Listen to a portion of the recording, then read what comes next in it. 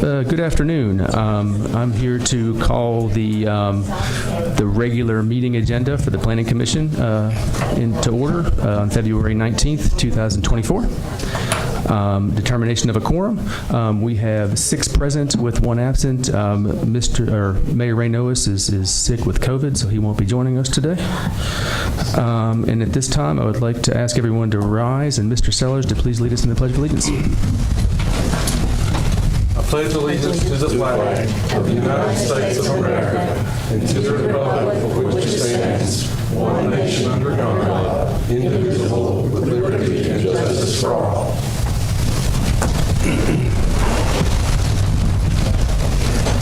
All right. And hope everyone had a good President's Day. This time, read and approve the minutes of the regularly scheduled meeting of the Planning Commission held on December 18th, 2023. It should note that the meeting from January was canceled due to weather. Do I have a motion to accept the minutes as written? Motion to accept. Second. Motion from Mr. Sellers, second from Mr. Rice. Any discussion? Hearing none, I'll call the vote. All in favor? Aye. Aye. All opposed? Abstained? All right, minutes are accepted 6-0. Item number 5, general public comments on items not on the agenda. I'd like to invite any citizens that are here that have a concern that is not on tonight's agenda. They'll be given 3 minutes to speak, and please come forward now.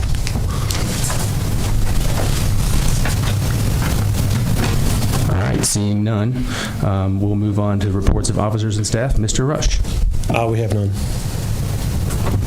All right, that's simple enough. There is no old business, so we'll move into Section 8, new business. I'd like to ask that since I think that the majority of folks are here for item number 8B7, that we move that to the front. We're going to move to do the variance section first before this. I'm going to do this item, then we'll recess and do the BOZA. I think the appropriate thing would be to do the variance first since it impacts the decision on that item. So if we do the variance first, address it, and then address the item in the agenda, then that will be the correct path to go down. Because if the variance is declined, it changes what happens there. Different items. Not different items? Yeah. I'm sorry, could you say what you suggest again? I would like to suggest that we move item 8B7, ZMA 287 to the front of the agenda. Okay. Do I have a motion for that? That's not that one. Okay. Yeah, I'll motion to. I had a motion from Mr. Hall. Second. Second. All in favor? Aye. Aye. Opposed? All right.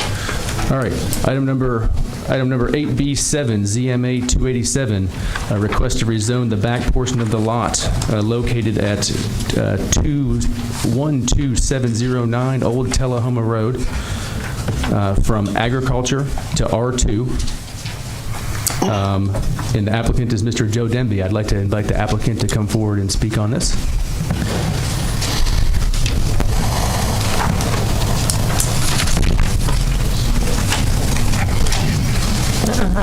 Hello, my name is Andy Best. I'm representing Mr. Denby. I'm the land surveyor who did the survey on the property. What we are requesting is that the back 1/4, less than a quarter of the lot that he has bought be rezoned from A to R2. Just to give a little information about what happened in Franklin County several years ago, they made a decision to, all along state routes, if it was agricultural land, 1,000 feet from the center line on both sides, they rezoned all that land from agricultural to R2. And this property is a little deeper than 1,000 feet, and so the back half is still zoned agricultural while the front half has been rezoned to R2. So again, we're just asking to get a complete R2 throughout the whole tract. So. All right, thank you, Mr. Best. Thank you. All right, I would like to note that this is a rezoning and not an annex.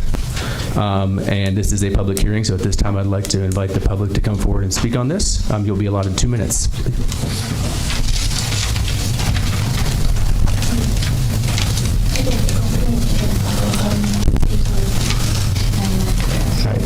Ma'am, you're recognized. Please state your name and address. Thank you. My name is Lisa Hammers. I live at 270 Lisa Drive.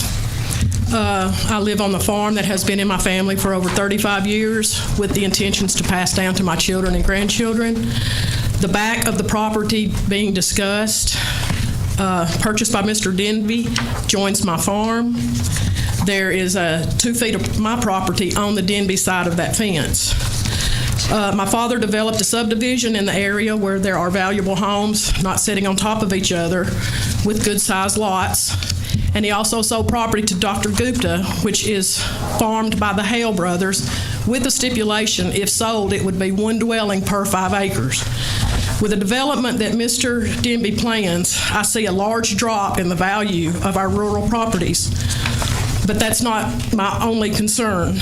Rezoning to R2 would permit all housing types, which I've heard it will be apartments. I think we are pretty much aware of the type of houses Mr. Denby is partial to building, and this would be many, many people coming into our neighborhood. I am opposed to the rezoning, especially without the knowledge of the people that have infiltrated our country, which is over 10 million at this time, and they are being dispensed to different states. And the way the government's taking care of them, I would like to know who will be in all these houses or rental property that Mr. Denby is popping up everywhere. All these houses or apartments means many, many more added to the community. My grandchildren can run all over the back of the farm without fear, but a development like this will change all that. What about the schools that have way too many kids per teachers now? They are coming into our schools now, 3 or 4 new children a week, and most do not speak English. This isn't meant to be cruel, a cruel remark, just a fact. Our volunteer fire department has not even been notified of these plans. Wouldn't it have been a little more ethical if Mr. Denby had approached bordering neighbors and talked to them about his plans, as it would be a major change to the area? All right, thank you, Ms. Hammers. Your time has expired. Thank you. All right, anyone else? Hi, I'm Susan Solomon. I live at 897 Turkey Creek Drive. Our property joins up to the back of where Mr. Denby bought. We have 3.5 acres. We are concerned about our property value. We do know the kind of homes Mr. Denby builds. As a matter of fact, my son lives in one, and he's had several problems. I won't go there, but anyway, we're concerned about what will be put there. Apartments, duplexes, who's going to live there? Are they going to be sold, rental? Background checks, will this be done on the people? We also have a problem with the water that runs off his land. He has a pond there that he's trying to fill up. I've got pictures of how it runs in our land and our field, and it just sits. What's going to be done about that? Other things, septic tanks. Is it going to perk? Where's the sewage going to go? None of these questions have been answered. I agree with Ms. Hammers. He should have came to us and let us talk to him about some of our concerns. Fire hydrants. Our homeowners insurance is going to go up. If they're not, will Tullahoma Fire Department be able to come help? Because our North Lake Fire Department, they don't have enough right now that can handle fires. I'm also worried about the traffic. Highway 130 has gotten to be awful. When you pull out to try to get on there, I wait every morning at 7 o'clock trying to go to work or to take my granddaughter to school. And it takes me a good 6 to 7 minutes to get pulled out. That's going to add extra traffic. Has anyone ever thought about doing a traffic survey out there before this? Water lines. Some of these homes have been out there a long time, and I know from one lady that the property adjoins that the water lines were put into hers in 1961. That's going to overflow. Thank you, Ms. Solomon. Your time has Thank expired.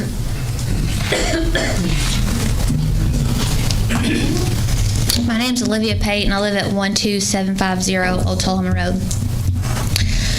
So just for history, I bought my house back in the spring of last year. I've lived on a farm. I've lived in the city of Knoxville, the city limits of Tullahoma, and I now reside on Old Tullahoma Road. So the whole purpose of me moving out of the city limits into this area was to get away from the noise, traffic, and increased crime that comes with living inside the city limits. I wanted to have more peace and quiet from the city and have some land for myself, since I'm used to having land after growing up on a farm, and I finally was able to take time to buy a house of my own after saving up for years throughout my nursing career and just finished taking care of my sick brother who had cancer the last 2 years. This road is residential and has many residents here that have lived here for many years prior to me buying a house. It is its own community. Having a new subdivision or even an apartment complex would increase the traffic to an already busy road where the speeding is a big issue and the noise as well that comes with that. 2, it'll increase wrecks in front of my house. There have already been 2 wrecks in front of that house even before I bought this property, one hitting the front and the whole brick had to be resurfaced. I would not be able to pull out of my driveway either safely on 130 because the turn in this property for rezoning is right across from my driveway. This would also increase the noise level and potentially increase the crime rate in this area depending on what Mr. Denby decides to throw up there. 5, it may increase the taxes on all of our houses in this area as well. Basically, in conclusion, I'm sure I can speak on behalf of everybody else here, but I'm personally tired of people being so greedy that anytime there's a lot of land that is up for sale, they buy it to throw up spec homes so they can have more money in their pockets, not even taking pride in the quality of the houses they build. It is so wrong on so many levels how doing this will affect us middle-class people in this neighborhood who are working hard to make a living and take pride in where we live and our own property, only for someone to come in and create more hardships on us, getting to and from our houses, lowering the value of our property, and reducing the quality of this neighborhood that has stood strong for decades before Mr. Denby bought this land. We do not need Tullahoma becoming overpopulated and a mini Nashville or mini Murfreesboro where it is nothing but concrete.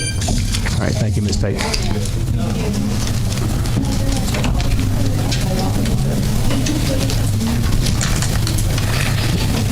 Anyone else wanted to speak on this?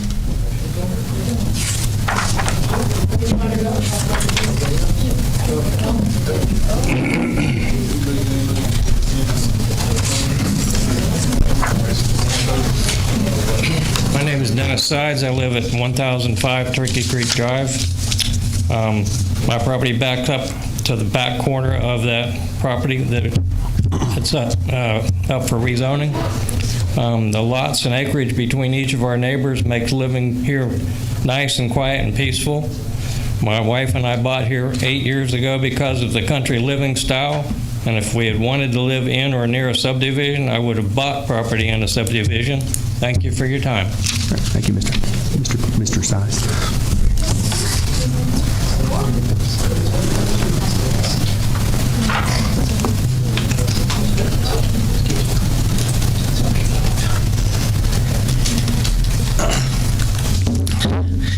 George Wilson, 48 Albemarle Drive, Tullahoma. This is more of a general comment than a specific one, but it has to do with all of the things on the agenda tonight. As always, we deal with both philosophical and functional things, so let me talk about some of the functional things. You currently have an opinion in front of you from an attorney that basically says once you adopt the comprehensive plan, that everything that you do is moot, that it has to go by the plan. Nothing could be farther from the truth. While y'all, as an administrative branch, has some limitations, the BOMA, as a legislative branch, has all kinds of power. The comprehensive plan itself says, quote, will serve as a guiding document, not an obligation. The land use plan states the pattern shown on the map is not inflexible. Also in the plan it says general government states the government which plans in response to the community's social and physical needs. Everybody here is for those. The power of the BOMA to alter or to affect zoning has been tested, and it's gone all the way to the Supreme Court. This was a case of Deckard, where Deckard refused to rezone a property. They were sued, and basically what the Supreme Court said was that the objections taken into account by the Deckard Community Council were additional pressure on already crowded schools, impact traffic in the areas that was already congested at peak travel hours, density that made it incompatible with neighboring properties, and a great number of persons in the adjacent community opposed to the rezoning. For those reasons, the Deckard community, I think theirs is not a BOMA, but the equivalent of their BOMA refused to rezone the land. They were sued, they won. So while the Planning Commission may have some limitations as an administrative body, the BOMA has the power to follow the wishes of the people and to do what's best for the city, not what's best for the developers. Thank you. Thank you, Mr. Wilson.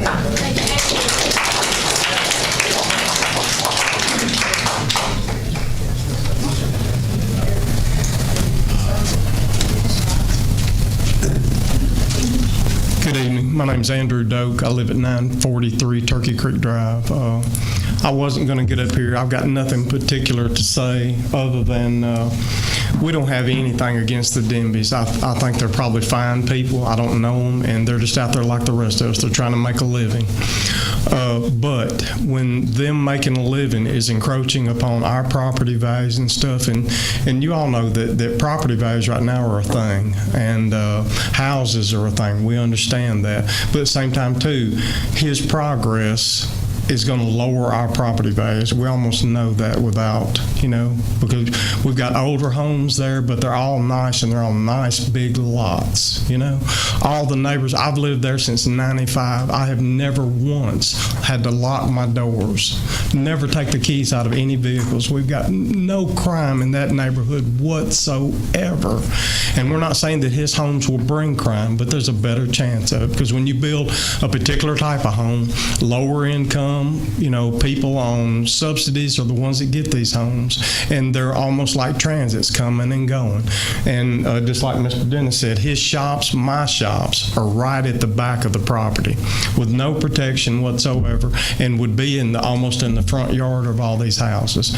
Plus there's septic and stuff, that they run or will have to run for it. All that's going to be an issue for us. Please don't let your decision hurt us. And even though a lot of the people aren't speaking, just like me, I didn't want to speak. How many of you, by show of hands, are here against this? Our whole community. So Sir, please don't go against the people. You wouldn't want somebody going against you if it was encroaching upon your property. So please keep that in mind. Thank you. All right, thank you, Mr. Doak.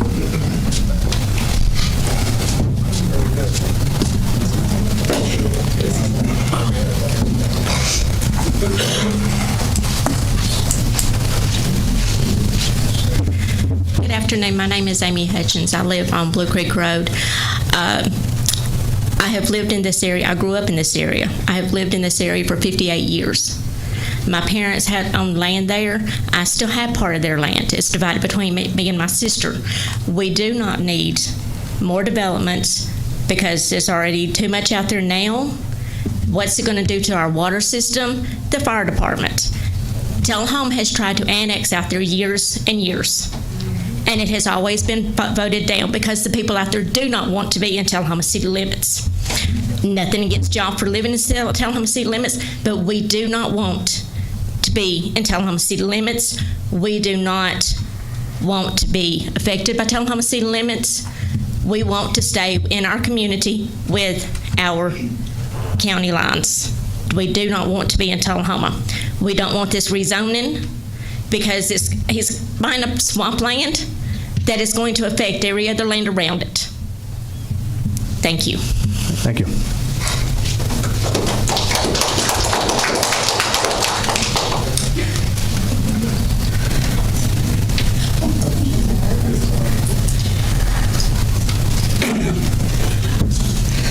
Good evening, sir. I'm Sharon McGowan. I live on 130, just right up the road from this rezoning thing. Need your address. 11641 Old Tullahoma Road. Thank you. I am also I've grown up there. My mom and dad owns property there. I was born there. So I have lived in this area all of my life. I have watched different developments come in there. I've watched houses come up. We need our properties. We need our land. Schools are too crowded now. The fire department do everything that they can. They're only a volunteer fire department. We don't have the funds and the ability to do better. Our community is our community for a reason. We all know each other. We all know if this one's sick. We try to help. But with this rezoning and you bringing in more people, it's crowded enough. The traffic is terrible. The wrecks on that road, it's awful. People don't listen.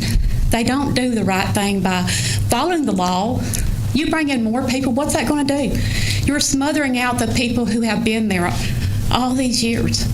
And we deserve that land. We deserve what we have worked for. That is art.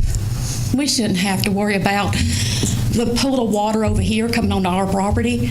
We shouldn't have to worry about, where's the septic tank going? How's it going to perk? I agree with that. But why push us to the limit in this little community? We want to keep Center Grove. Center Grove. We don't want to be Tullahoma. We don't want to be Estill. We don't want to be Winchester. We want to stay Center Grove community. And that whole place out there, we all deserve that. And our property is ours. We shouldn't have to worry. New developments, I understand we want to keep up with Murfreesboro or Nashville. That's not us. When you're overcrowding us, we're doing all we can do. This is not helping us. This is hurting us. And I hope that you really can take that in consideration. This land is to be rezoned into Tullahoma.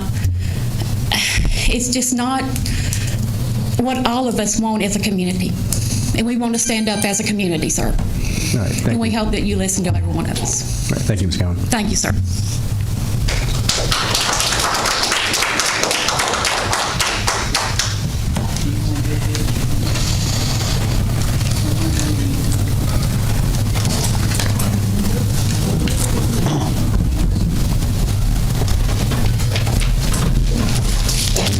Maureen Burke, 107 Breckenridge Road, Tullahoma.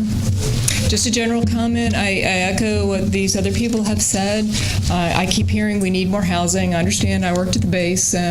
New people coming in. We have 1,200 at least units on the books right now that are being built. So just keep that in mind. Those have not even considered the current infrastructure.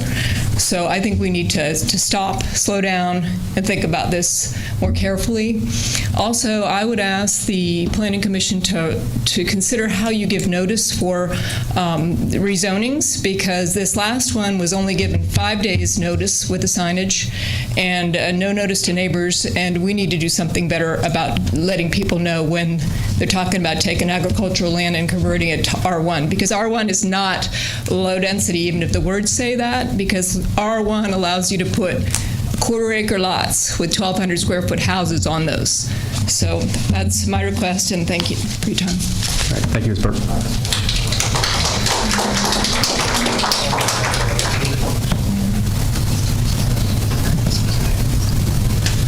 Anyone else wishing to speak on this? My name's Lisa Womack. My family and I own 3 properties. What is your address, Ms. Womack? 12795 Old Tullahoma Road, 863 Turkey Creek Drive, and 839 Turkey Creek Drive. There's not much else I can say that all the community has not already said, except for the fact that we are totally against this as well. Our property is one lot over from the site that is planned on being rezoned.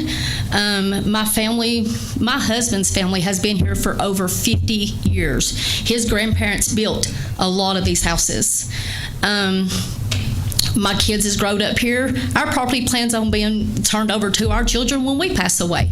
The last thing my kids need is more housing where they can't see or do anything that they want to do with their children when they have children. We're totally against this, and I hope y'all see it fit to leave our community alone. Thank you. Thank you.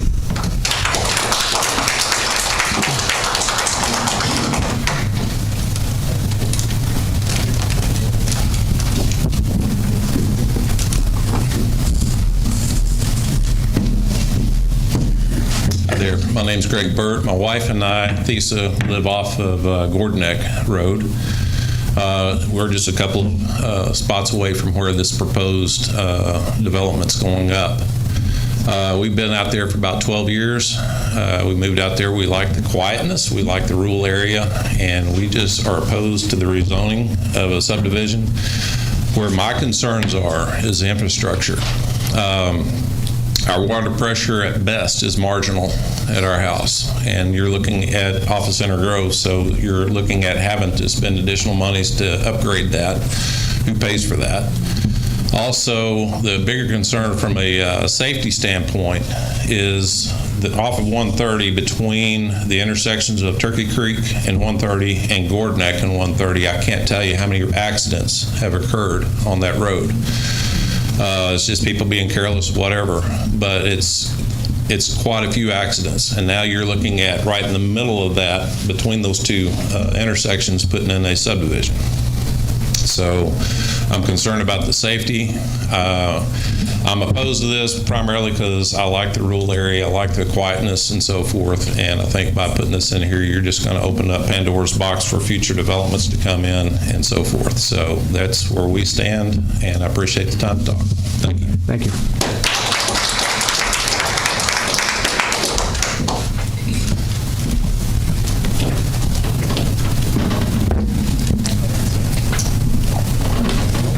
Anyone else wanting to come forward? Or wanting to come forward? All right, this time I'll close the public hearing and move over to staff comments. Mr. Rush. Thank you, Alderman Chair.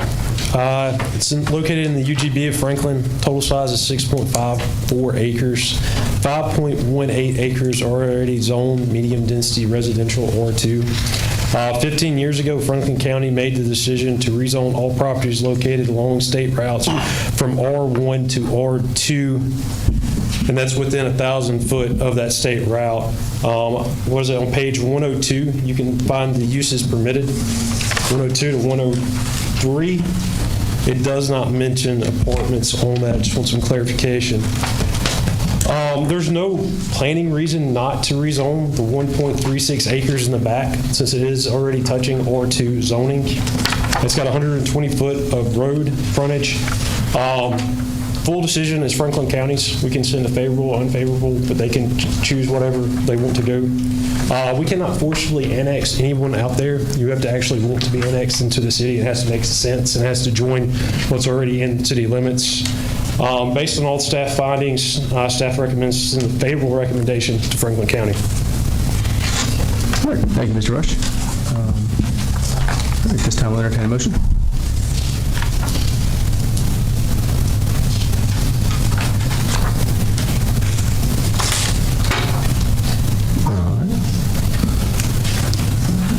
Hearing no motion, the item dies. Is that correct, Mr. Worsham? No motion kills this. If there's no motion, it just dies. Okay. All right. All right. Hearing no motion, this item is closed. Thank you all for your time. And at this time, I would like to recess the Planning Commission meeting.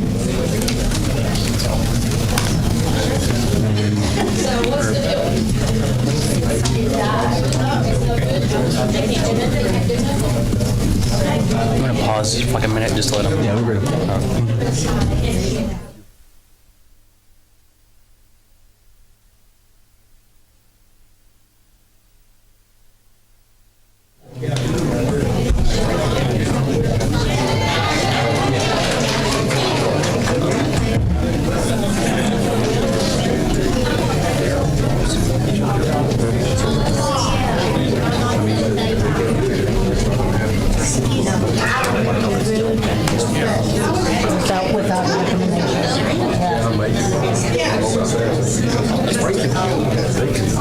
Probably is.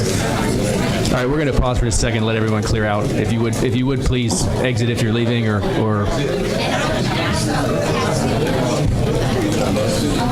Hey, Charles. Are these mic? Are we? Can they hear us? Anyone?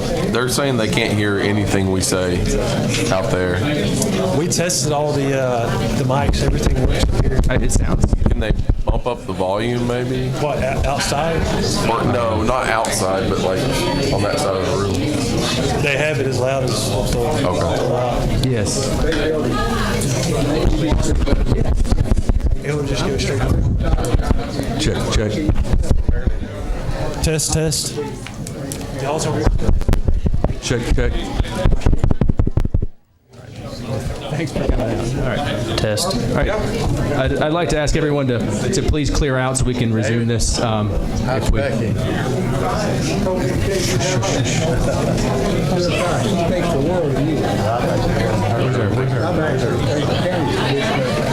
Get off my head. Yeah. Maybe that's why somebody had my chair down. Marvin's gonna go through. Mr. Quick. Mr. Quick. Can you get them to close the door?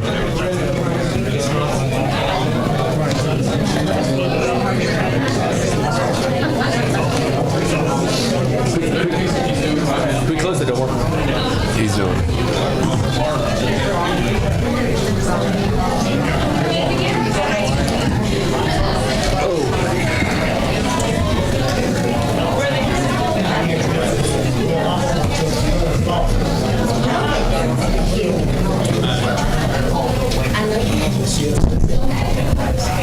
All right. At this time, I would like to call to order the Board of Zoning and Appeals regular meeting agenda on February 19th, 2024. First item on the agenda is to read and approve the minutes of the December 18th, 2023 meeting. At this time, I'd like to entertain a motion for that. Motion to approve. Motion from Mr. Sellers. Second. Second from Mr. Rice. Any discussion on the minutes? Call the vote. All in favor of the minutes as written? Aye. Aye. Opposed? Abstained? All right. The minutes are approved 6-0. Seeing no old business, new business, variance is A, 4A1, variance 237. The applicant requests a variance to reduce the building setback line where the TDOT right-of-way extends into the site from 35 feet to 0 feet, and a reduction in required medical office parking requirements from 6 per 1,000 square feet to 5 per 1,000 square feet. The applicant is Mr. John Richard Patterson. I would like to invite the applicant to come forward and speak on this. Good afternoon, John Richard Patterson, Kimley Horn. We're requesting two variances today for a project you'll hear on rezoning here in just a minute.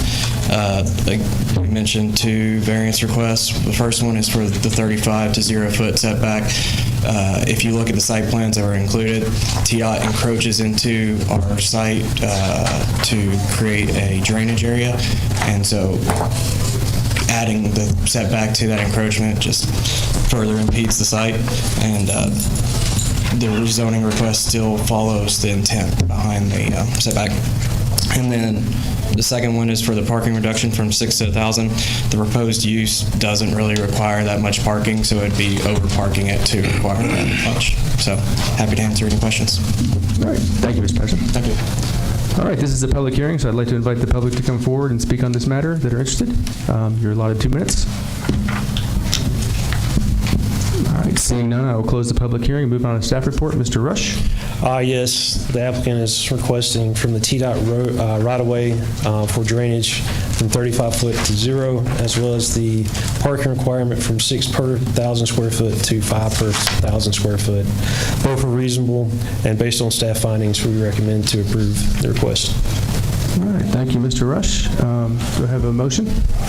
Motion approved. Motion approved from Mr. Sellers. Second. Second from Mr. Hall. Discussion on this?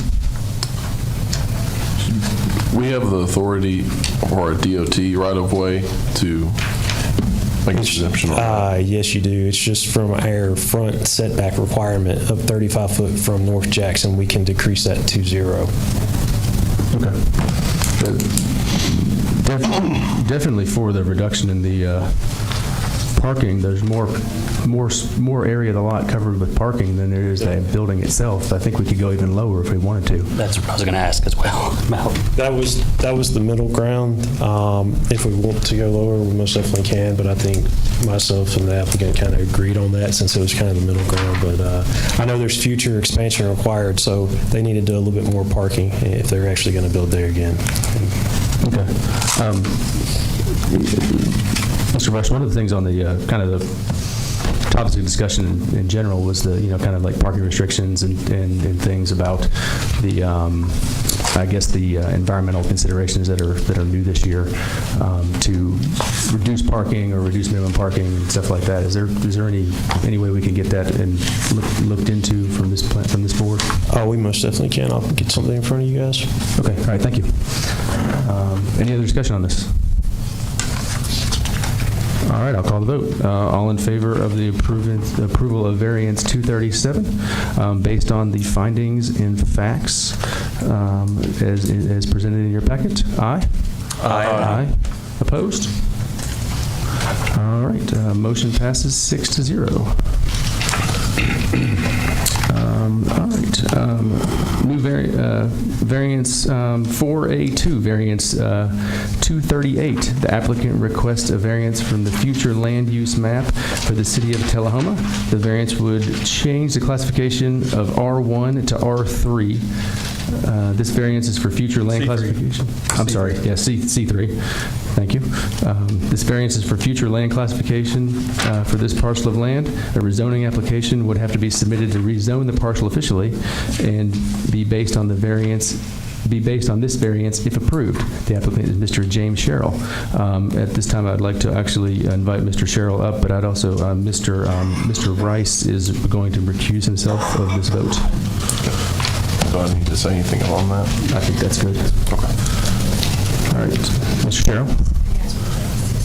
So this property has been in my wife's family's land for well over 100 years. The property was pretty much encumbered by Camp Forest when it came in. It was a greater lot.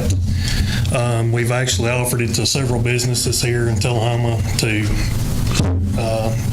develop or whatever they want to do with it. At this point, we just ask that it be classified as C3, so maybe we can have a better general way of selling the property with it going commercial that way. All right, thank you, Mr. Sherrill. This is a public hearing. I'd like to invite anyone from the public to come forward at this time and speak on this. Seeing none, I'll close the public hearing and move on.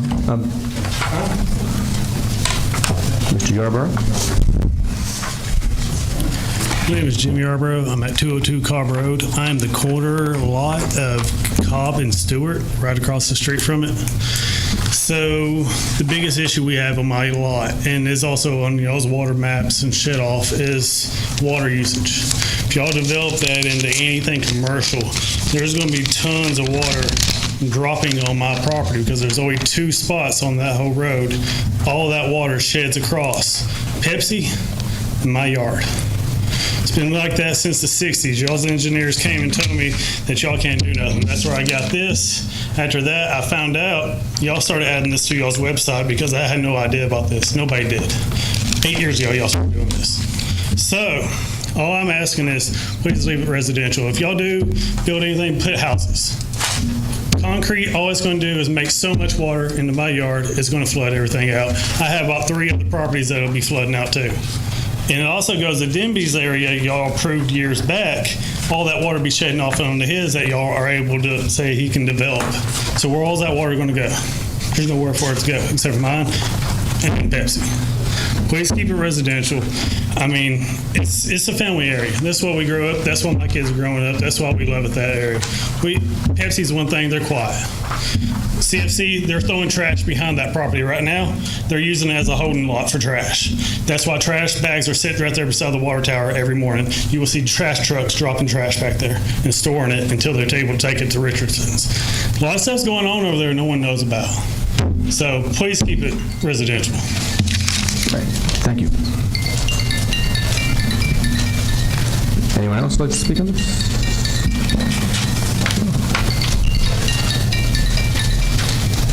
My name is Michael Riddle. I live at 102 Cobb Road, and I do not want it to be rezoned. I don't want to live next to a liquor store or any other business, so thank you for your time. Thank you.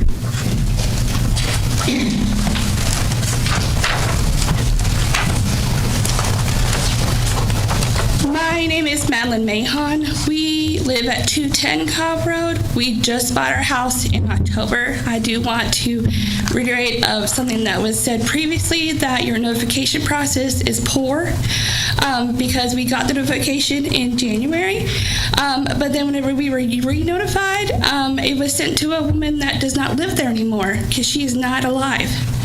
And whenever I asked about that, they were like, oh well, and that was it. We bought the house because we like the quiet.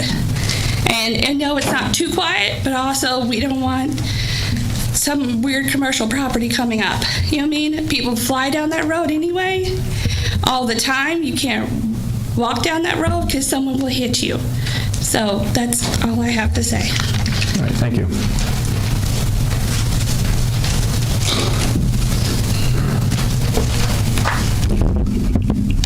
Hi, my name is Bob Truan, and we live off of the Old Manchester Highway right across from the property that they're looking to rezone. I had heard that they were planning on putting Can I get your box number, sir? I'm sorry? Can I get your box number? What is number? 61 Poplar Lane. All right, thank you. We own Poplar Lane. I had heard from some people that they were planning on putting an incinerator out there to burn trash. And my question is, what's that going to do to our area? I'd like to know what they're going to use that property for, and what effect it's going to have on our property values and also just on our way of living out there. Thank you. Thank you, sir. If I could answer that question. I've got a gentleman that's looking at buying this piece of property. That's why we're trying to get it zone C3. It is still going to stay residential as far as houses coming in there.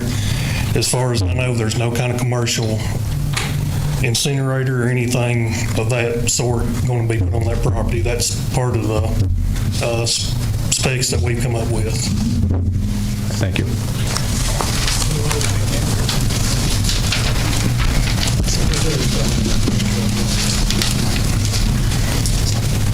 I'm Gentry Dameron. I own the property over on Old Manchester Highway adjoining the MacArthur place. And that's my concern. I want to know what you want to zone it C3. What's their intentions of it? Is it going to be businesses, or is it going to be small apartment-sized houses, or is it going to be residential? I'm not going to change mine. Mine's R. I'm in the R rating, and I'm sticking with it. I ain't got no intention of selling it, and I want the people here to know it. I've got it for rental property. I've had a bad accident, and I've had to put my one house on hold, and I want to rent the other one. It's a matter of keeping it residential, and I'm going to tell you, there's a whole lot of water goes through there. If you don't believe me, just go down to my property. I got a ditch behind going across my property, trying to get the water out to the road. So, and I'm joining in. So where's all that water going to go? They can't keep the ditches clean enough on Old Manchester Highway, keep the water from going down it now.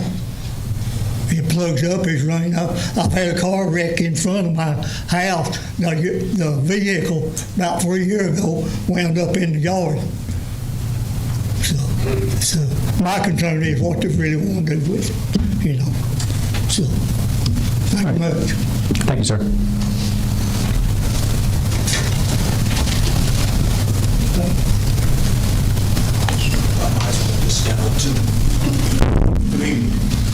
So you're recognized. My name is Samuel Gerard, and I live at 206 Cobb Road. And to just say a few things. First of all, if 202 is getting flooded, my backyard is getting flooded. 202 Stewart. My backyard is getting flooded. But I don't have to worry about my goats anymore because they're gone. But if I wanted to farm, and that 2 acres I have back there, it's going to be flooded. I understand. I have been, when I moved into that property, it was considered to be a farmland. And so I treated it as such. I got 12 walnut trees. I got a small garden. I had goats. Mr. Worship, I don't have goats anymore. So I wanted to live that type of lifestyle. After retiring from the military, I said I want to farm a little bit. Of course, I grew up farming, but I never raised any animals. So I enjoyed the 22 years I've been there. There has not been a whole lot of traffic. Hasn't been a noisy neighborhood. I think we've been blessed, but I don't know what the future looks like for my son or my grandson going forward.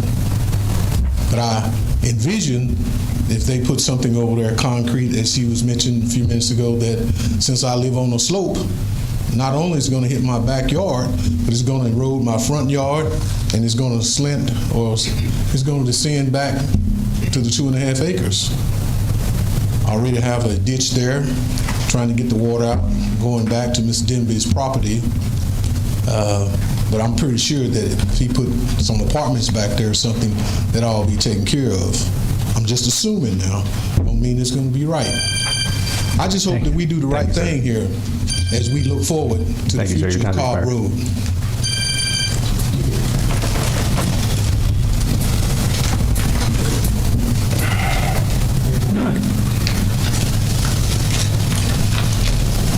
I'm Deborah Trulin, and I reside at 61 Poplar Lane. Our property is across from the MacArthur property. I'm third generation on that farm. I grew up there. My daughter will eventually get it as well, making it a fourth generation.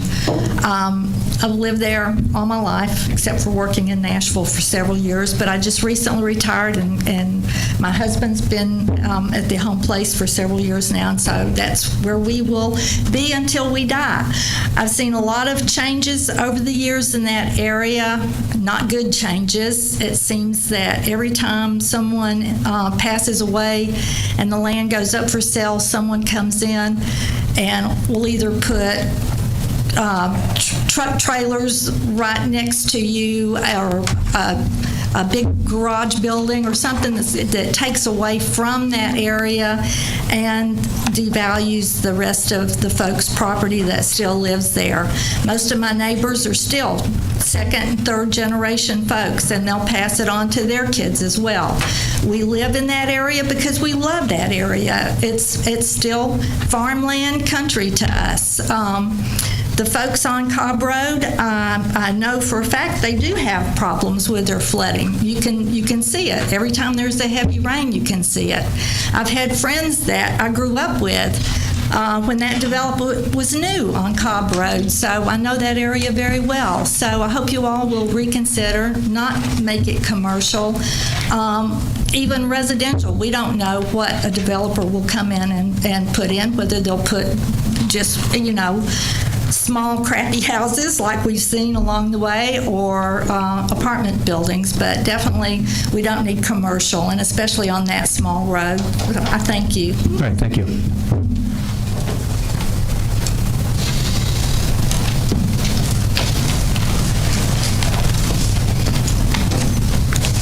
Tracy Luna. I live on 301 Stewart Street, which is close by. I'm not prepared to speak. A few of our neighbors on Stewart Street just came just to see what was going on, and I don't even know what we're talking about here. I mean, you never mentioned 2502 East Lincoln. Just then, as far as I know, I don't even know what. So how can you pass it and not even have a presentation of what they're thinking about? I mean, it seems kind of odd to me. So I mean, I'm here to hear the plan of what they have in mind, and my concern down close to the railroad tracks, close to if it's connected to CFC or something like that, or are they going to have traffic coming behind the water tower? Because I have seen commercial trucks come through there, and I don't trespass and go back there, but there's something back in there. And does this land connect to that road, gravel road behind the water tower? Is that going to be big trucks coming through there? If it is, it's going to be a problem. That's a whole different issue. So I would just request that you give us some more information, because I don't even. To me, it just doesn't seem right if the guy doesn't come here and discuss what he has in mind. I mean, that's a pretty big hunk of land, and it's a pretty busy area, and a lot of people close by, and a lot of people are very happy with the way they live. So I had no prepared remarks, but pretty good. Thank you. Thank you.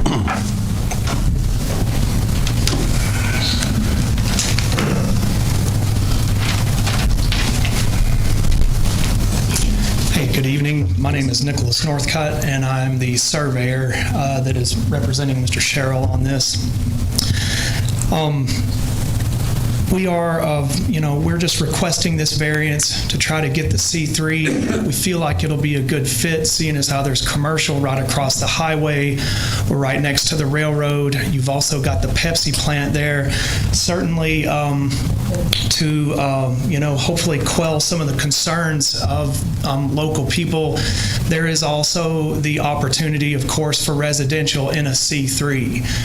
And it also goes without saying to address any drainage concerns that y'all might have. Of course, any new development has to address those concerns, and any kind of development that you put there could potentially help some of the issues that these folks are suffering on the other side of Cobb Road, potentially.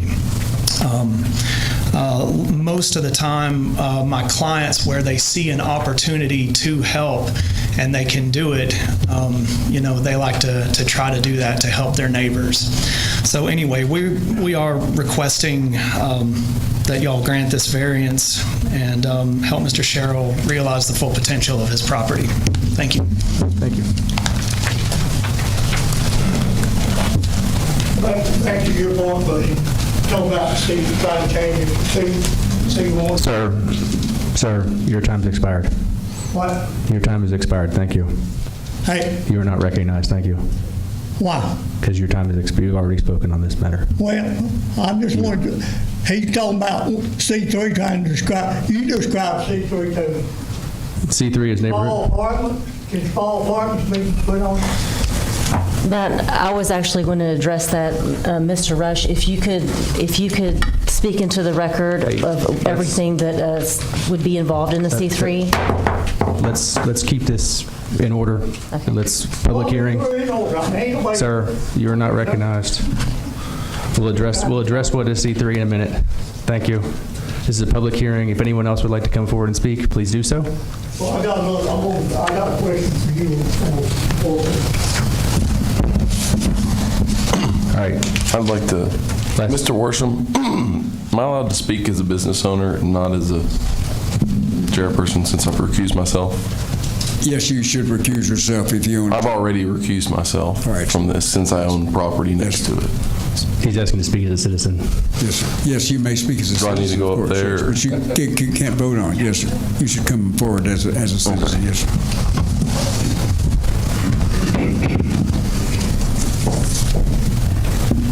Mr. Rice, you're recognized. Thank you. So one of the reasons I recuse myself is because we operate a business, CFC Recycling, that adjoins this property, and we do industrial recycling. For those of you that might have concerns, we have what's called an air burner back there, and we recycle wood. So we burn wood in a machine and make a biochar product out of it so that it can be used as fertilizer or different other environmental reasons. You can use it on your garden, different things. But that's what's done. We don't burn trash, but we do. It is industrial property, and it's used for industrial purposes. The rail side's there, and we use rail into CFC Recycling on the metal side, and it is not adjoined to that property as of right now. We own all that property, but that property right there, so we go in front of the water tower. We don't go behind the water tower. We don't have any plans to buy this property as of now, and we don't plan to have industrial traffic anywhere past the water tower at this point in time. But I just wanted to bring it up that we do own that property, is used for industrial purposes, and the only concern we would have if it was residential is industrial right next to residential could cause some issues. Right now we have a buffer between the two, so other than that I don't really oppose the change. All right, thank you, Mr. Rice.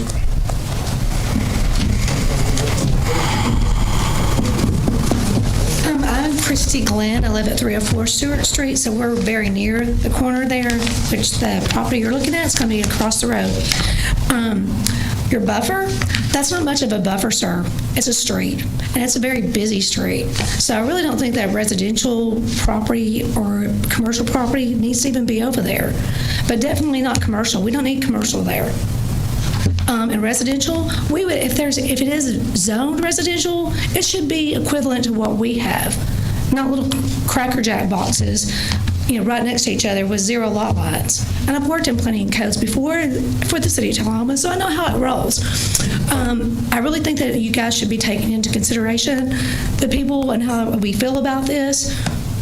And as again, just back to your point, there's just not a buffer there. So I would just hope that you consider that.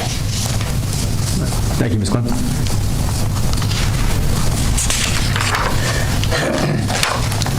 Good evening. My name is Mike Emanuel. I live in 219 Stewart Street. And I just basically, Mr. Rice, what you just said about a buffer, there's not a buffer, dude. I mean, all you have is a road there. And if they build an industrial site right across the street from that, that's going to make the traffic, and it's kind of a hill there, so you can't see what's coming when you're going down that road. It's already dangerous for people coming down that road, okay? And anybody here have a canoe? If you have a canoe, Miss Christy Glenn, where she lives, right beside her house, you bring it next time it rains. You can have fun out there, because that's how bad the water flows through there. Thank you. Thank you, sir.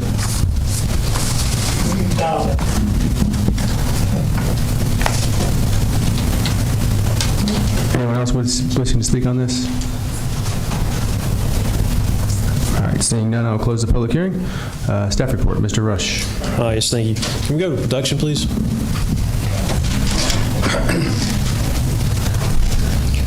All right, seems it's not working. Any kind of development would not add any additional drainage issues out there. I just want to go ahead and reiterate that.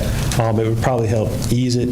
But this is a variance for the future land use map. We're going a request from R1 to C3 zoning. It's 30 total acres. 19.43 of those acres are located within city limits.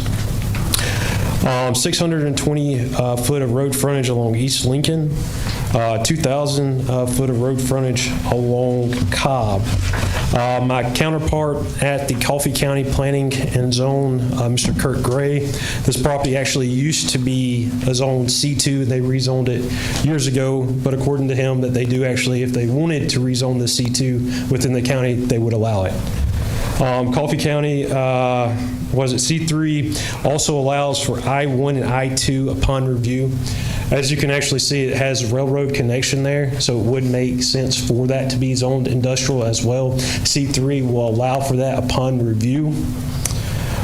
C3 is actually consistent with the mixed-use development that's around it. You have, again, commercial right off of Highway 55. So based on those findings, staff recommends to approve. All right, thank you, Mr. Rush. Yes, sir. It's 30 acres total. There's 19. Because it's only 19.43. It's only within city limits. The other is within Coffee County. They're only actually requesting to rezone that 19.43 acres. Right. Thank you, Mr. Rush. All right. At this time, I'll entertain a motion. I have a question. I have some questions, too. Okay. Be recognized. Mr. Rose, why is this being proposed as a variance to a land use map rather than a rezoning? Exactly. I also got Sam Edwards' opinion on that. That's his first comment, pretty much his first paragraph, second paragraph there.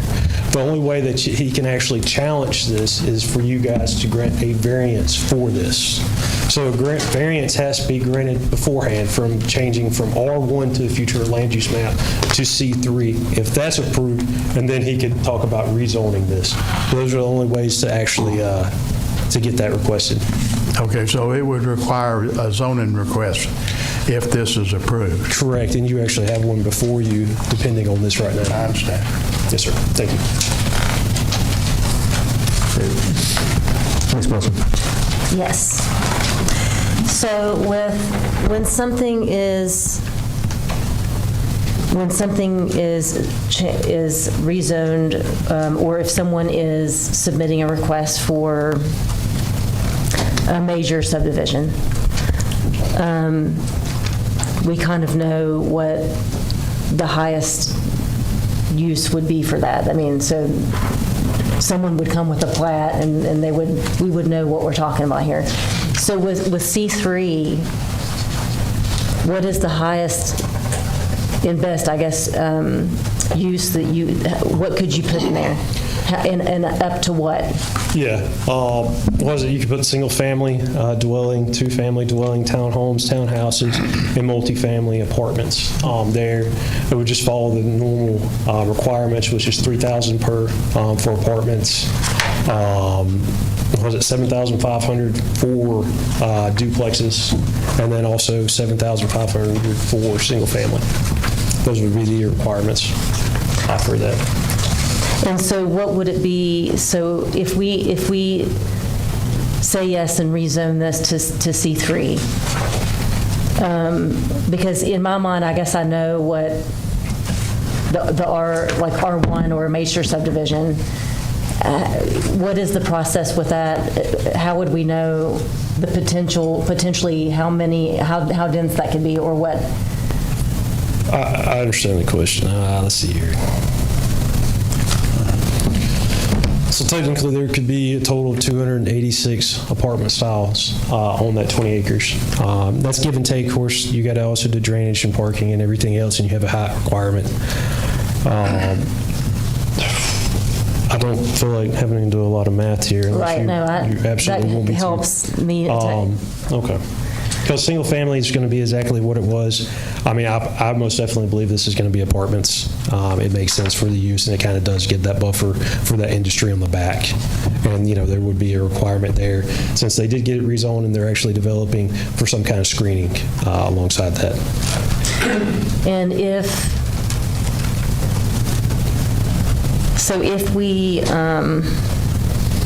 it were going to use for the highest use, then would that be something then that would require studies on the front end for the engineer, for the infrastructure, Yeah, so we'll see all that. If it was going to be apartments, we will see that in a site plan, and they will get an engineer, and they will give that all to us. And of course, that would be for investment purposes only. They won't be individually sold. Again, if it was going to be a subdivision, it would already been a subdivision as R1. So we would have seen that. That would have been a major. There would have been a drainage, detention, and everything else. The same thing for R2 as well. So yes, we will most definitely see all that, just depending on exactly what it is, because we don't know. But I mean, unless you want to exactly tell us exactly what's going to happen there, but yeah, I would recommend or would like to see what. It was proposed to leave for single-family dwellings. Yeah, like a preliminary plat. I think that would maybe help solidify in everyone's mind. So I guess we haven't seen a whole lot of C3.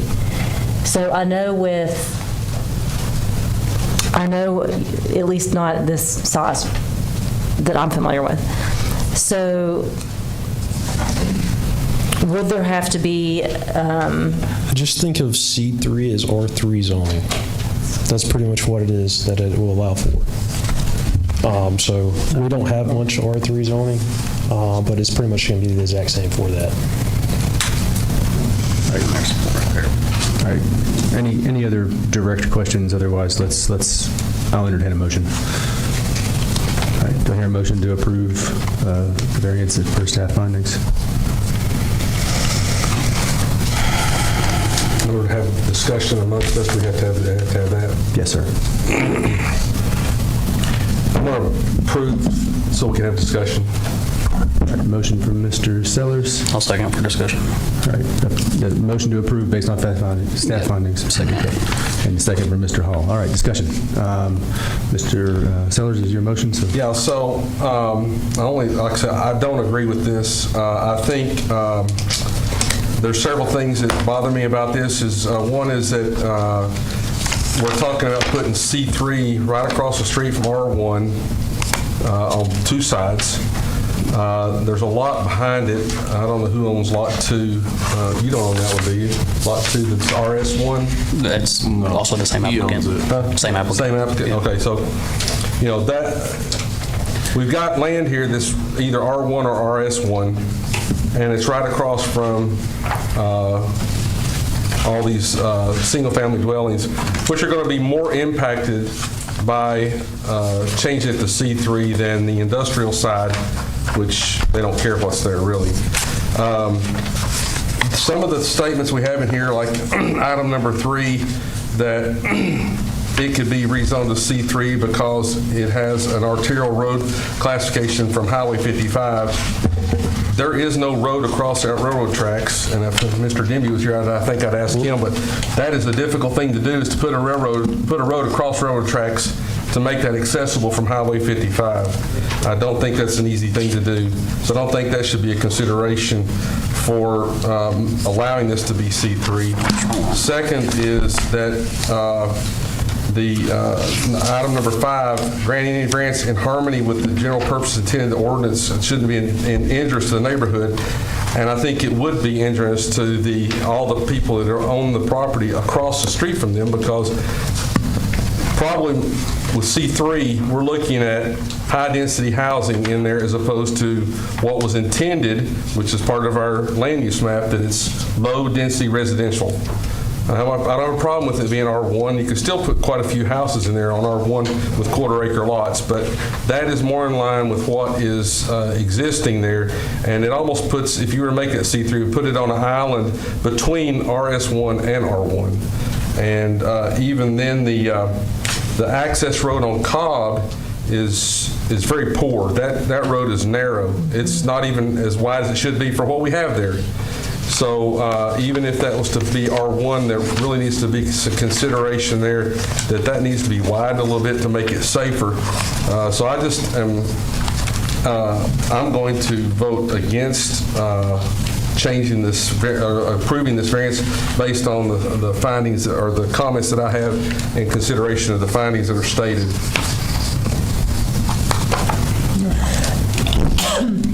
Any more discussion?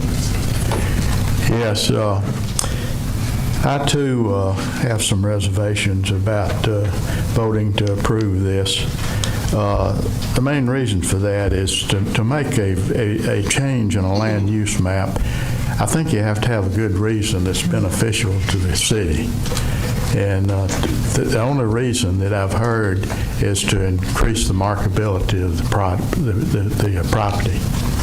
And I don't think that's a sufficient reason to change a land use map unless you know what that particular use is going to be, and you can vote then as to whether it's beneficial to the city for that to happen, and do it in a way that has some meaning.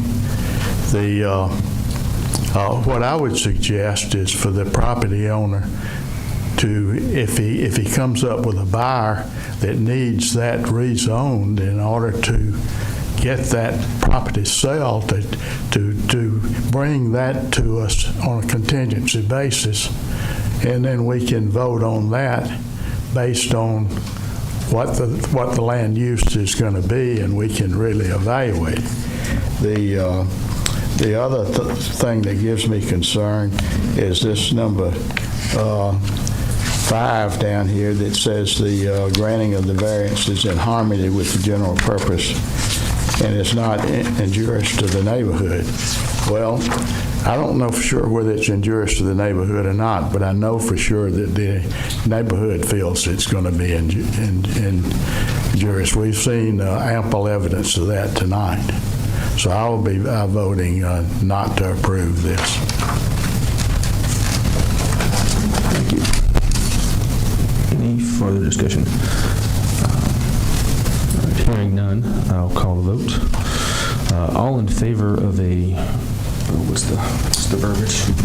Favorable recommendation. It's not a favorable recommendation. It's approval of the variance. Approval, yeah. I think on the other one. Sorry.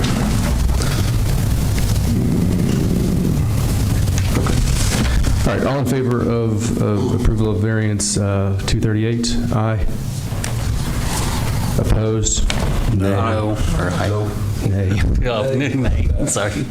All right. So that's, and then we have one abstained. So that's 0 to 5 fails. Mr. Worsham, we have a failed positive motion. Do we need to have a negative motion for? Do we need to state why? And Well, I think we had reasons that were stated when they were speaking as to how they were going to vote, so I think that's adequate. Okay, thank you. All right, 0 to 5 fails. All right.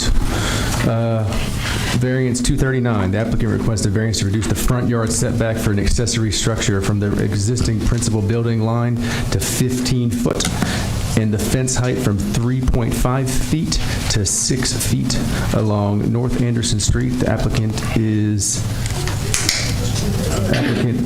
Tiny Francis.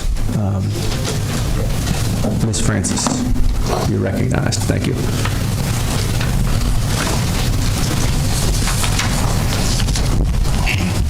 My name's Tiny Francis. I live on 406 East Hogan Street.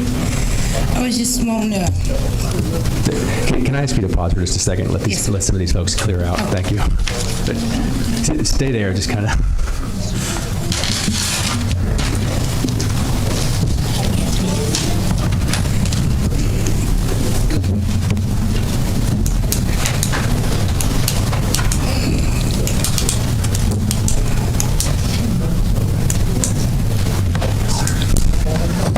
All right, thank you, Ms. Francis. You're recognized.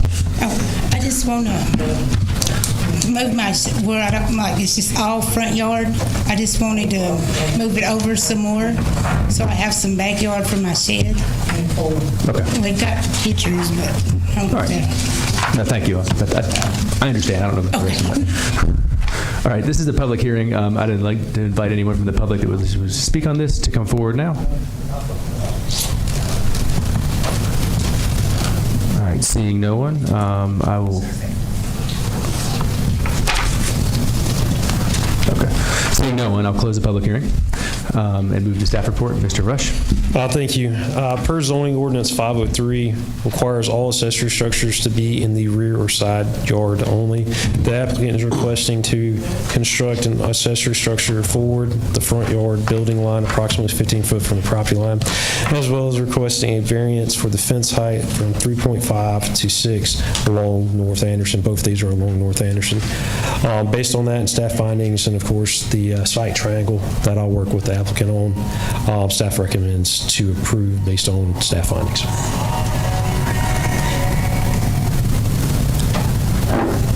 Thank you. All right. Any questions for Mr. Rush? If not, I'll entertain a motion. Yes, I have a question. I'm going to make sure I understand this right. Yes, sir. Is it an existing building that's going to be moved into the current restricted area? Yes, sir. There's the applicant has 2 accessory structures. As he's built it, I had it. I think I've got a little bit maybe in the staff report. He's got 2 fronts. One's on Hogan, one's on North Anderson Street. Codes cited that there was a complaint, and so we followed up, and he actually moved those. But now he wants to actually get a variance to move those back, and then he will eventually probably need a variance to build a garage there as well, probably in the future. But for right now, we're just doing this. Does that answer the question, Mr. Coleman? Mostly. It's an unusual shaped lot, and it's got 2 fronts. Is your evaluation of this considered, this looks like this is happening in 3 or 4 phases, one of which happened already. Have you evaluated the effects of all of these relative to these restrictions on what we can grant a variance for and what we can't? Yes, sir, and it's been reviewed, and technically, every single variance is supposed to be individual, but we've done something similar before, so that's based on the same findings. But yeah, okay. Yes, we're allowed to do this. All right. I recommend a motion. Motion to approve. Motion from Mr. Rice. Second. Second from Mr. Sellers. Open for discussion. Mr. Rice, you first. if you would like. No, I see that this is kind of an abnormal kind of sized lot. I would definitely see with two fronts, it's always difficult with two fronts on a property to be able to put any accessory structures due to that, so I'm likely to approve. All right, thank you. All right, Mr. Rush, the only thing that I kind of noticed that was missing was a sketch, I think, but. Yeah, unfortunately, it's not working. Okay. But All right. I mean, I'm familiar enough with the area to understand what's going on. Yeah. But, all right. Any further discussion on this? All right. With that, I'll call a vote. All in favor of approval of variance 239, based on findings and facts from staff as stated in the packet? Aye. Aye. Aye. Opposed?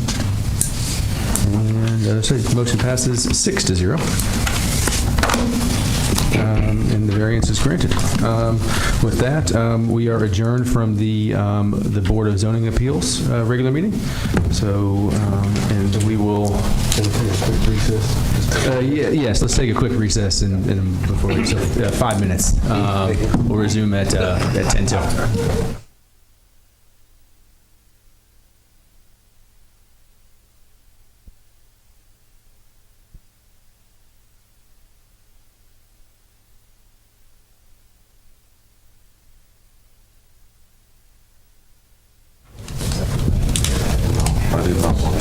Yes, sir. My name is Mr. Bobby.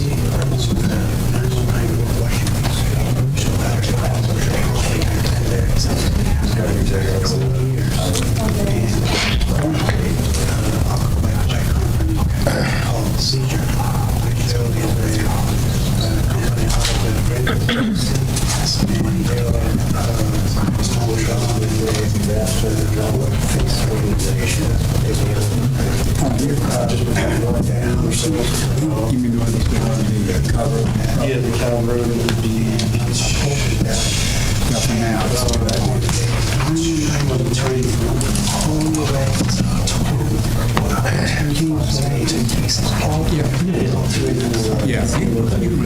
So let me stop you there. So is it something on this docket? Let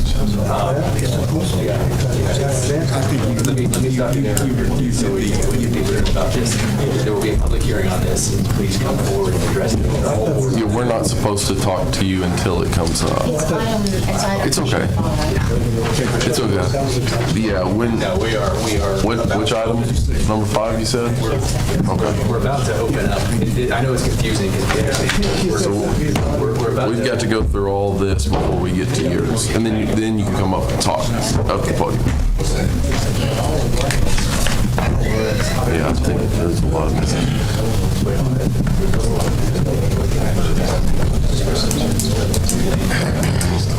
And 30 acres is quite a bit of buffer.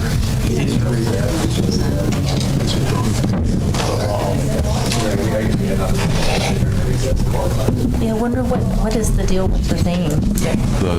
Tell them. So are we not being like broadcast? No, it's just, you can't put presentations up on screen. And which is a disadvantage to everyone. Oh, yeah. Especially when coming up on all the stuff we're going to start talking about. All right. I will resume the Planning Commission regular meeting for February 19th. And we will pick back up with Section 8, New Business in Subdivision Plats. Number 1, Hampton Estates Preliminary Plat. A preliminary plat to create 15 lots along 4142 Riley Creek Road in the urban growth boundary of Coffee County. The applicant is Mr. William J. Quick. I invite the applicant to come forward or his representative. Andy Best, land survey representative for Mr. Quick. Mr. Quick is here, so he can't answer any questions if y'all have any. What we're looking for is approval for a preliminary plat. Like I said, 15 lots, fairly large, 8/10 of an acre. That's the absolute minimum for Coffee County. It's going to be served by public water out in front. All these lots will be septic lots. We are in the process of getting a soil test done for that. There was, we're asking for approval of the preliminary, but it said in the staff notes that based on staff comments. I did have some disagreements with some of the staff comments, mostly from the city engineer. I don't know if that's something that I needed to address to y'all, or if that's something I need to personally address with him and have them drop those comments, because I have addressed some of them and they've remained on there as comments. Some clarification there on my part. So all those comments have been addressed on that final plat? Yes, so that was just for the first one, and then when you got me the second one on 130th. Yes, so the updated version. Yeah, I've already pretty much approved that from that. Okay, so you're awesome. good. Then I have no more issues then. Just asking for approval of the 15. Thank you. Okay, thank you. All right, this is a public hearing, so I'd invite anyone from the public to come forward at this time. Ma'am, you're recognized. My name is Kathleen Luoto, and I just purchased a property recently at 189 G Road in Normandy. And my main question is where the exit from the subdivision will be. Will it be onto G Road, or will it be onto Riley Creek Road? Each individual lot will have its own exit. Okay, but It just depends on how they exit. So would it depend on how the house is situated? Yeah, how the house is. Each one will have its individual outlet. So some of them might be on Gee Road. There's still some stuff that we may lose some lots there, but yes, there will be probably 2, 3 on Gee Road as it sits right now. Okay. And what about services like? I know you said it's going to be public water and septic. What about cable or any other internet services or anything like that? No, that would be up to the homeowners? That's up to the developer and TUA. Okay, thank you. All right, thank you. All right. Anyone else wants to speak on this? All right, with that, I will close the public hearing and staff report. Mr. Rush. Yes, thank you. It's 4142 Riley Creek Road. It's in Tullahoma's UGB for Coffee County. We're creating 15 lots on 18.96 acres. Lots will be served by Riley Creek Road and Gee Road. Note 22, all lots will have a turnaround/hammerhead, no backing out from the lots on the roads. Electric will be Duck River, water will be TUA, septic for each lot depending on TDEC approval before final plat. All lots meet the minimum side requirements of 0.80 acres, meets all zoning and subdivision regulations currently. Some lots may be lost depending on water pressure. You're approving, 15? So it may go down less than that, but you're still approved those lots. So, if you approve 15, you approve 14. Staff recommends approving the preliminary plat subject to all staff comments. Mr. Rush, correct me if I'm wrong, but in the past we have postponed these based on waiting on TDEC's approval. That's for the final. That's per final plat. That's how we've technically done it in the past. This is just a preliminary. Okay. Yep. All right, thank you. Yep. All right. Motion? Move to approve. Move to approve from Mr. Based on sufficient address some of the camera comments. All right, thank you. Very good. Second. Good second from Mr. Hall. Motion to approve based on sufficient findings from staff. Fair enough. Yeah. All right. Is it also subject to staff comments? Same thing. Okay. Just want to make sure. Staff comments. Okay. All right, discussion. All right. The only concerns I have with this, there was a note in here about water, and that there was no fire hydrants available because there's not sufficient water, and they were restricting the use of how long the pipe can, like 3/4 inch pipe, I think. It just looks like they're probably going to have to go bigger lots. That they'll probably, 15? They may have to lose down to 9. Andy, if you want to come up and get some clarification on that. we were informed about the issue of the water line not having sufficient flow that's in front of the property to be able to handle a fire hydrant. Since then, we've hired a civil engineer who's been working with Dale Willis at TUA, who actually that TUA owns that water line running through there. He has agreed to back up from that property about, I think it's even on my drawing, the updated one, number 19, note number 19 on my updated drawing. It says a fire hydrant will be installed by the developer. The proposed fire hydrant will be installed near the intersection of Riley Creek Road and Fairview School Road. The proposed fire hydrant will be located 2,800 feet from the northwesterly corner of Lot 1 as measured along the existing public roads. And so we've already got an agreement from TUA to allow an installation of a fire hydrant. The developer has done it. The developer has agreed to it. The developer has already started talking to utility construction companies. So we are in the process of doing that. So adding a fire hydrant will actually improve homeowners in the area's home insurance rates too, because they will then have a functioning fire hydrant nearby. So, all right, thank you.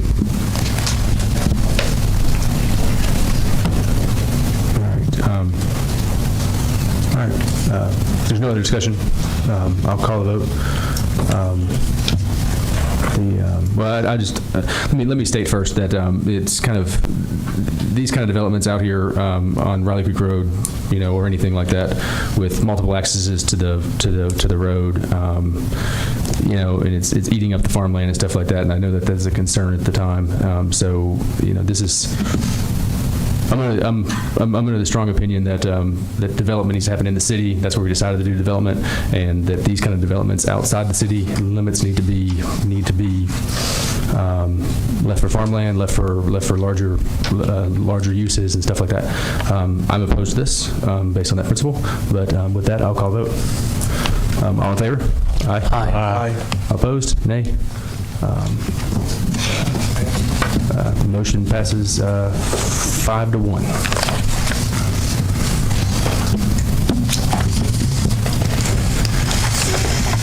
All right.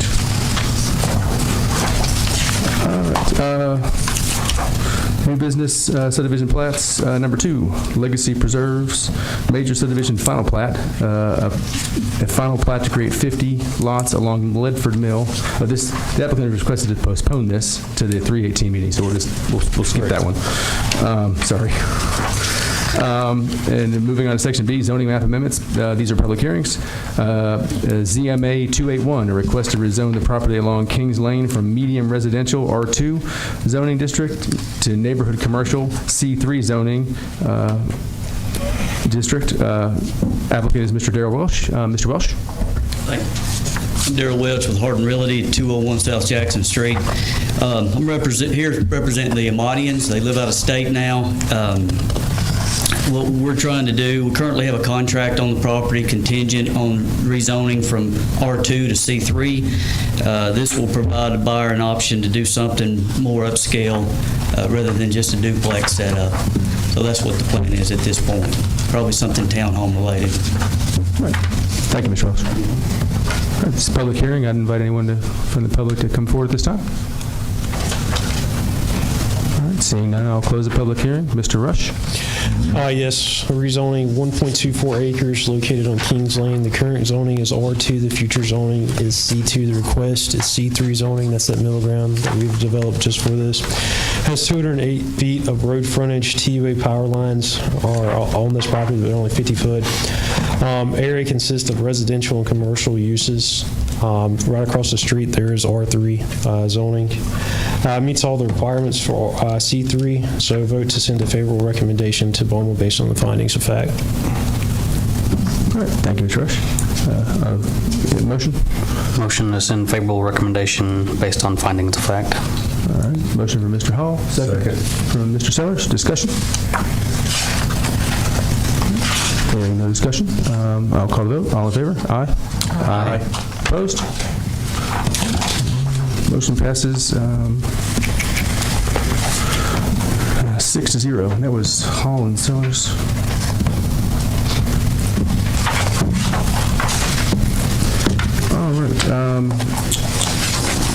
Item number 2, ZMA 282.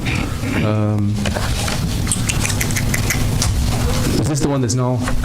No, this is the one that's still on here. Okay. The applicant has withdrawn ZMA 284, by the way. 284. Oh, yes. I'm sorry. Okay. All right. ZMA 282. Request to rezone the property located at 2230 North Jackson Street from General Commercial C2 zoning district to Neighborhood Commercial zoning district C3. Applicant is Mr. John Richard Patterson. Mr. Patterson. Good evening again. John Richard Patterson, Kimley Horn, civil engineer on the site. We're requesting rezoning from C2 to C3 for a medical office building use. C2 allows for hospitals. Because of the size and our use, we fall under medical office building, which is a C3 use. And so hopefully we receive a favorable rezoning. Thank you. Thank you. This is the public hearing. At this time, I'd like to invite anyone from the public to come forward. Seeing none, I'll close the public hearing and move to Mr. Rush. Yes, current zoning is C2, future is C2. The request is C3. That's just a hindsight probably on our zoning ordinance in the past that should be included within our general commercial. When we actually go to rewrite our zoning ordinance, which will hopefully be sometime this year, the Community Planning Development Committee, once they actually get that to you guys, the comprehensive plan. It's 2.92 acres. You got 545 feet of road frontage along North Jackson. You got 380 feet of road frontage along Flowertown Road. Meets the zoning requirements of C3, so staff recommends a favorable recommendation based upon the findings of fact to the BOMA. All right, thank you. Motion? Motion to send favorable recommendation based on findings of fact. All right, motion from Mr. Hall. Second. Second from Mr. Sellers. Discussion? All right, seeing none. I think you answered my question already, is that it was strange that you can have a hospital but not a medical building. Correct. So we're working on that, so yeah. Great. All right, thank you. With that, I will call vote. All in favor? Aye? Aye. Opposed? All right, seeing motion passes 6-0 with Colin Sellers.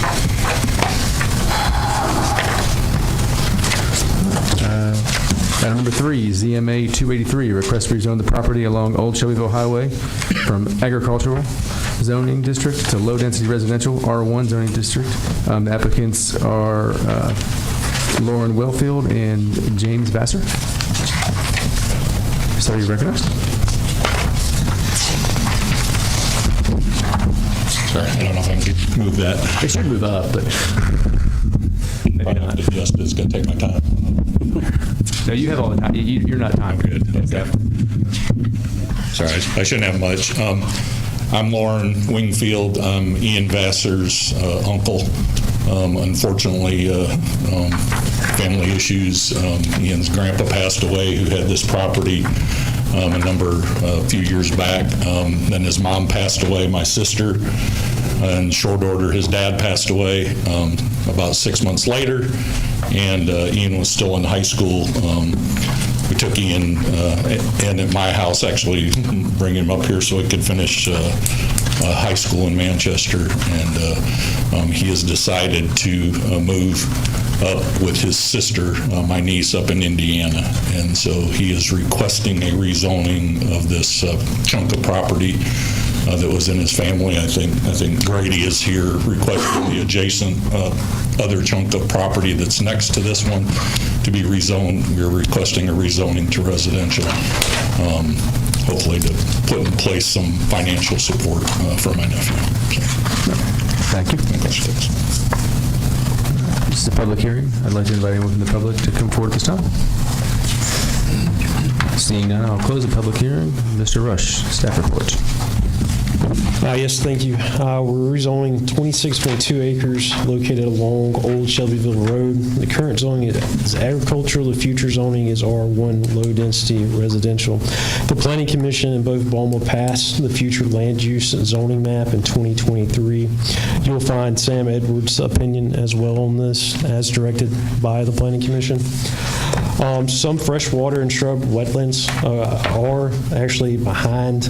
You can see that in the National Wetlands Inventory. I included that within your packets. Old Shelbyville is classified as a minor urban arterial, which means 60 to 84 foot of right-of-way. You have 560 total foot of road frontage along Old Shelbyville. Based upon this, staff recommends to approve. It's in a favorable recommendation to Bowman. All right, thank you, Mr. Rush. All right, entertain a motion? Motion is in favorable recommendation based on findings of fact. All right. Second? Second from Mr. Rush. All right, discussion on this.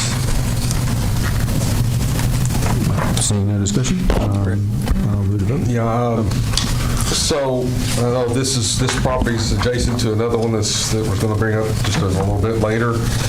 I guess I don't have a problem with it being R1, but I guess or making it residential, but I guess I have concerns about where we're going to be going eventually with this.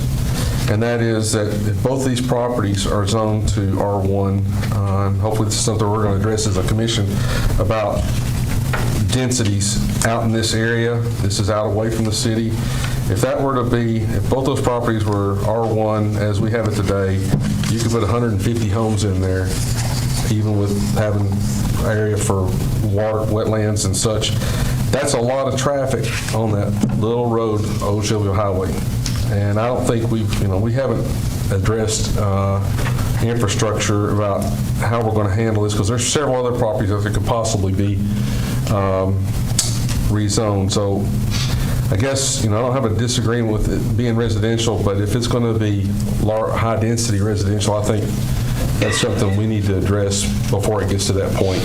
Right, it's not high-density residential. Low-density residential is, to me, 150 homes in those two lots is still high density. So that's something I think we need to address soon. I think we're going to have a discussion about that. But just a small correction there. Technically, both of these are about 50 acres.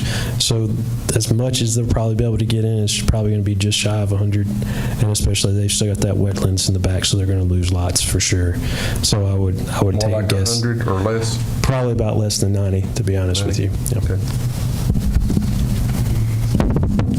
Any other discussion? All right, I'll call the vote. All in favor? Aye. Aye. Opposed? Motion passes 6-0. ZMA 284 is null, right? Correct. Applicant pool. It's null based on the failure of the variance. Item number 5, ZMA 285, a request to rezone a parcel located at 911 North Washington Street from C2 to C3. Applicant is Mr. Wayne Horton. Sir, you... This is Larry Horton. I live at 329 Helen Street. This house has been in our family for 50-something years, and we don't know when it got changed to C2, and we'd like to get it changed back to a C3. All right. Thank you, sir. Okay. All right. This is a public hearing. I'd like to invite anyone from the public to come forward at this time.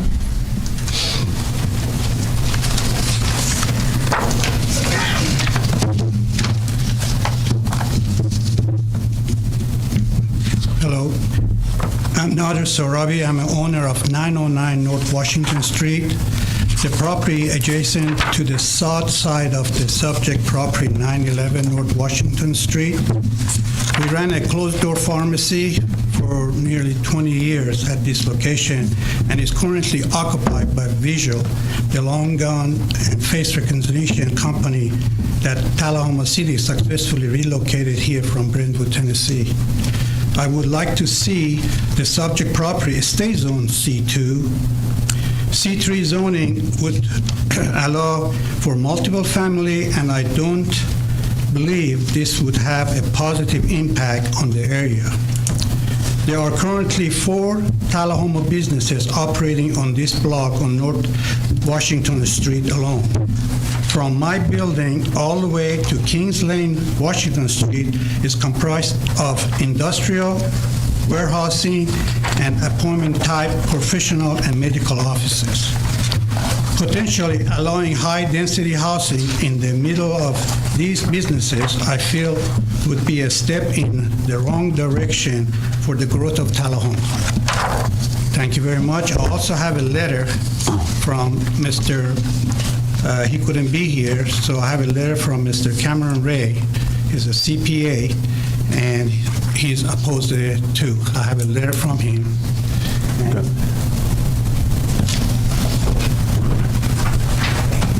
All right, thank you. Thank you, sir. Yes, sir. All right, this is just for the record, this is from Cameron Ray. My name is Cameron Ray. I'm the owner of 925 Washington Street. Sits on the north corner of the subject property at 911 North Washington Street. I'm opposed to the zoning change from C2 to C3. The zoning change would allow multifamily dwellings and consider that to be non-conforming zoning to myself and other nearby business neighbors. Would anybody like to see that? Sure. If he'd emailed me, it would have been in the same place. All right. All right. With that, any other comments, sir? My name is Wayne Horton. I live in Ester Springs, 261 Elk Laurel Avenue. I'm the brother, and we've owned that house since 1967. Those businesses moved in there. We didn't invite those guys there. Those businesses came into our neighborhood. I just want to put that out there that we want it from C2 to C3 because it makes it more versatile for us as homeowners. Understood. Thank you. Thank you. Anyone else? All right. Close public hearing. Mr. Rush. Thank you. What is it? The lot is 17,500 square feet. The current zoning is C2. The future is industrial 1. So C3 also allows for single family, but also upon review of I1 and I2, so it fits the future land use map. Currently, it sits a single family house. You would be hard pressed to get anything other than that single family house on there right now. It's got 63 foot of road frontage. Again, you could only build one house on that along North Washington Street and 70 foot along Davidson Street. You couldn't really divide that either as it sits right now. The immediate area consists of mixture of residential and commercial use. Based upon these, staff recommends a favorable recommendation based upon findings of fact. Okay, thank you. For clarification, it is currently non-conforming? It is a non-conforming use that's continued to be used as residential right now. Okay, thank you. All right, entertain a motion? Motion approved based on findings. All right, motion. Second. Mr. Sellers, second by Mr. Hall. Any discussion?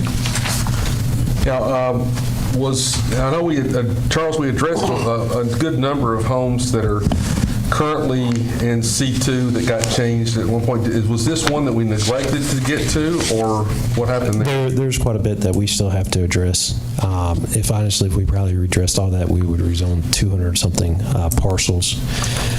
So we targeted the 50 that we had known originally. That was the previous planning director, and I agreed with those. We'll continue to actually address these. It seems like applicants are seeking us out, so now that we do have that C3, we're allowed to rezone as needed. Okay, thank you. Thank you. Any other discussion? I'll call the vote. All in favor to send a favorable recommendation to the Board of Mayor Norman? Aye. Opposed? Motion passes 6-0.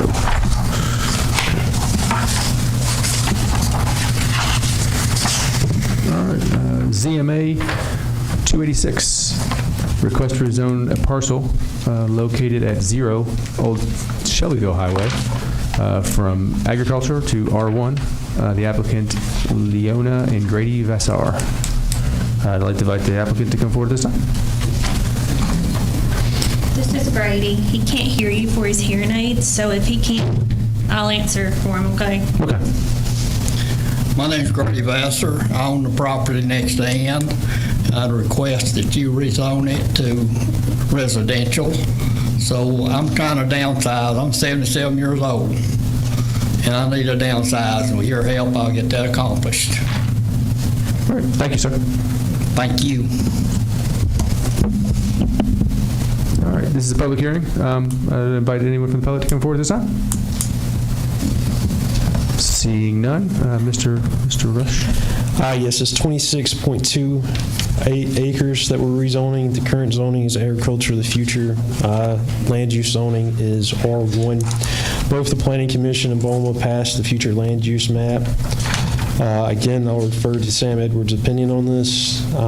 There are some fresh water and shrub wetlands in the back. You've got 583 foot of road frontage on a minor arterial road, 60 to 84 right away there. Staff recommends send a favorable recommendation based on findings of fact. All right.